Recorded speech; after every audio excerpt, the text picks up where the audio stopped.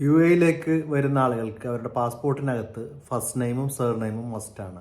അങ്ങനൊരു വീഡിയോ ഞാൻ മുമ്പ് 2022 ഈ ഒരു റൂൾ അപ്ഡേറ്റ് കാരണം യാത്ര ഒരുപാട് പേരുടെ മുടങ്ങുകയും വിസിറ്റ് ഒരുപാട് പേരുടെ റിജക്ഷൻ ആവുകയും ചെയ്തതിൻ്റെ ഭാഗമായിട്ട് അങ്ങനത്തെയുള്ളൊരു വീഡിയോ നമ്മൾ ചെയ്തിട്ടുണ്ടായിരുന്നു. ഇപ്പോൾ ഇന്ന് വന്നിട്ടുള്ള ഈ ഒരു കമൻറ്റിൽ അവർ പറഞ്ഞിട്ടുള്ളത് അവരുടെ ഹസ്ബൻഡിന് വിസിറ്റ് വിസ അപ്രൂവ് ആയിട്ടുണ്ട്, പക്ഷേ പാസ്പോർട്ടിൽ ഒരു നെയിം മാത്രമേ ഉള്ളൂ. അപ്പോൾ അവർക്ക് യാത്രയ്ക്ക് എന്തെങ്കിലും ബുദ്ധിമുട്ടുണ്ടാകുമെന്നാണ് ചോദിച്ചിട്ടുള്ളത്. ഈ വിഷയം ഇപ്പോൾ പറയാനുള്ള കാരണം എന്ന് പറഞ്ഞത് 2025 ഇതിനകത്ത് കുറച്ച് അപ്ഡേഷൻ വന്നിട്ടുണ്ട്. അതുകൊണ്ടാണ് നമുക്കറിയാവുന്നതുപോലെ UAE ഈ ഒരു നിയമം എന്ന് പറയുന്നത് അത് ഇൻ്റർനാഷണൽ സ്റ്റാൻഡേർഡിന് മെയിൻറ്റെയിൻ ചെയ്യാൻ വേണ്ടിയിട്ടുള്ള ഒരു കാര്യം തന്നെയാണ്. കാര്യം നമുക്കൊരു പാസ്പോർട്ടിനകത്ത് ഫസ്റ്റ് നെയിമും സർനെയിമും അല്ലെങ്കിൽ ഫസ്റ്റ് നെയിമും സെക്കൻഡ് നെയിമും എന്നുള്ള രീതിയിൽ രണ്ട് പേരായിട്ട് വെക്കണം. കാര്യം നമ്മളെ ഐഡൻറ്റിഫൈ ചെയ്യാനുള്ളൊരു മാർഗ്ഗമാണത്. ഒരൊറ്റ പേര് കൊണ്ട് മാത്രം, ഇപ്പം എൻ്റെ പേര് ഷബീർ എന്നാണെങ്കിൽ ആ ഒരു പേര് മാത്രമുള്ളൂ എൻ്റെ പാസ്പോർട്ടിലെങ്കിൽ അത് ഏത് ഷബീറാണെന്ന് എനിക്ക് ഒരു അതോറിറ്റിക്ക്, ഒരു ഫ്ലൈറ്റിന്, എയർലൈൻസിന് അല്ലെങ്കിൽ ഒരു ഇമിഗ്രേഷൻ സെൻറ്ററിനൊന്നും നമുക്ക് ഈസി ആയിട്ട് ഐഡൻറ്റിഫൈ ചെയ്യാൻ പറ്റില്ല. ആ പേരിൽ ഒരുപാട് പേര് ലോകത്തിൻ്റെ പല ഭാഗത്തും ഉണ്ടായിരിക്കും. അപ്പോൾ ഈ ഒരു ഇഷ്യൂ ഒഴിവാകാൻ വേണ്ടിയിട്ടാണ് നമുക്ക് പാസ്പോർട്ടിനകത്ത് രണ്ട് പേര് ഫസ്റ്റ് നെയിമും സർനെയിമും വെക്കണം എന്നുള്ള ഒരു റൂൾ വന്നിട്ടുള്ളത്. അപ്പോൾ ഈ ഒരു കാര്യം നിങ്ങൾക്കത് മനസ്സിലായെന്ന് വിശ്വസിക്കുന്നു. ഇങ്ങനെ ഇല്ലാത്ത ഒരുപാട് പേരുടെ പാസ്പോർട്ടുകൾ വന്നിരുന്നു. അത് അങ്ങനെ റിജക്ഷനും വിസിറ്റ് വിസ കിട്ടാത്ത സിറ്റുവേഷനൊക്കെ ആയിരുന്നു. ആ യാത്ര ചെയ്യാനുള്ള ബുദ്ധിമുട്ടൊക്കെ ആയിട്ടുണ്ടായിരുന്നു.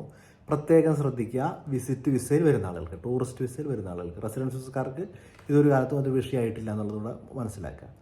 ഇനി ഇപ്പോൾ 2025 ശേഷമുള്ള സിറ്റുവേഷൻ എന്താണെന്ന് പറയുകയാണെങ്കിൽ നമുക്ക് അതിനകത്ത് കുറച്ച് അപ്ഡേഷൻ എന്ന് പറഞ്ഞു കഴിഞ്ഞാൽ ഏറ്റവും പ്രധാനപ്പെട്ടത് UAE ഗവൺമെൻറ് അതിനകത്തൊരു ചെറിയൊരു ഇളവ് പോലെ പ്രഖ്യാപിച്ചിട്ടുള്ളത്. ആ ഒരു നിയമം നിലവിൽ നിൽക്കുമ്പോൾ തന്നെ നമ്മുടെ പാസ്പോർട്ടിൻ്റെ അകത്ത് സെക്കൻഡ് പേജിലായിട്ട് നമ്മുടെ പാസ്പോർട്ടിൽ ഫാദറിൻ്റെ പേരോ അല്ലെങ്കിൽ നമ്മുടെ ഫാമിലി നെയിമോ ഏതെങ്കിലും ഒന്നുണ്ടെങ്കിൽ അത് വെച്ചിട്ട് നമുക്ക് ഈ ഒരു വ്യക്തിക്ക് ഒരു ഐഡൻറ്റിറ്റി കിട്ടുകയും അത് വെച്ച് നമുക്ക് യാത്ര ചെയ്യാവുന്നതാണ്. പക്ഷേ അപ്പോഴും കയ്യിൽ നമ്മൾ ഒരു നെയിം സർട്ടിഫിക്കറ്റ്, നമ്മുടെ പേര് ഇത് തന്നെയാണെന്ന് തെളിയിക്കുന്ന രീതിയിലുള്ള എന്തെങ്കിലും ഒരു നെയിം സർട്ടിഫിക്കറ്റോ അല്ലെങ്കിൽ ഒരു അഫിഡവിറ്റോ കൂടെ കയ്യിൽ കരുതുക എന്നുള്ളത് വളരെ സേഫായിട്ട് ചെയ്യാവുന്ന ഒരു ഓപ്ഷനാണ്.